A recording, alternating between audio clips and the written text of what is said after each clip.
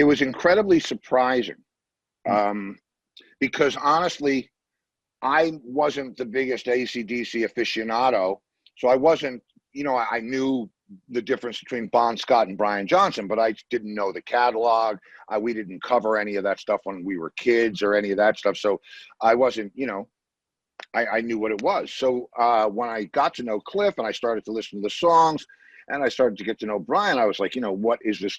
I wasn't sure what it was going to be like. I mean, he wrote one of the absolute rock and roll anthems in Back in Black, right? So I'm thinking, but I've learned in my years, I've played with some and written with some pretty amazing people, been very lucky to do that. And it's always been positive. So I just went in with an open head, and Brian came in with a book. He had a book with lyrics in it.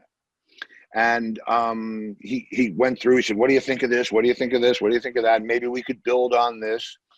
And it was like, there was no wall, there was no perimeter, there was no safety net. It was just, let's do this thing. And I can't remember ever making a suggestion or vice versa where the other guy didn't say, that's great, yeah, let's do that.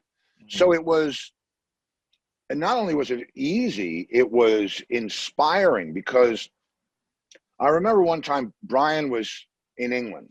I think he was doing the birthday tour. He had 3 birthdays, one in the States, one in Italy, and one in England. And I think he was in England, and he called me up and he said, Stevie, I'm dancing on the devil's head, mate. And I said, what? Do I want to know what that is?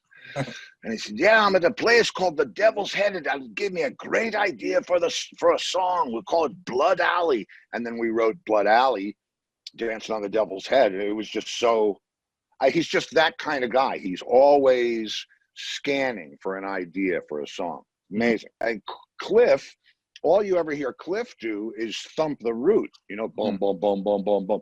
But he's really quite a melodic and interesting bass player when he has, when he has the space to do it. Right. It was pretty amazing.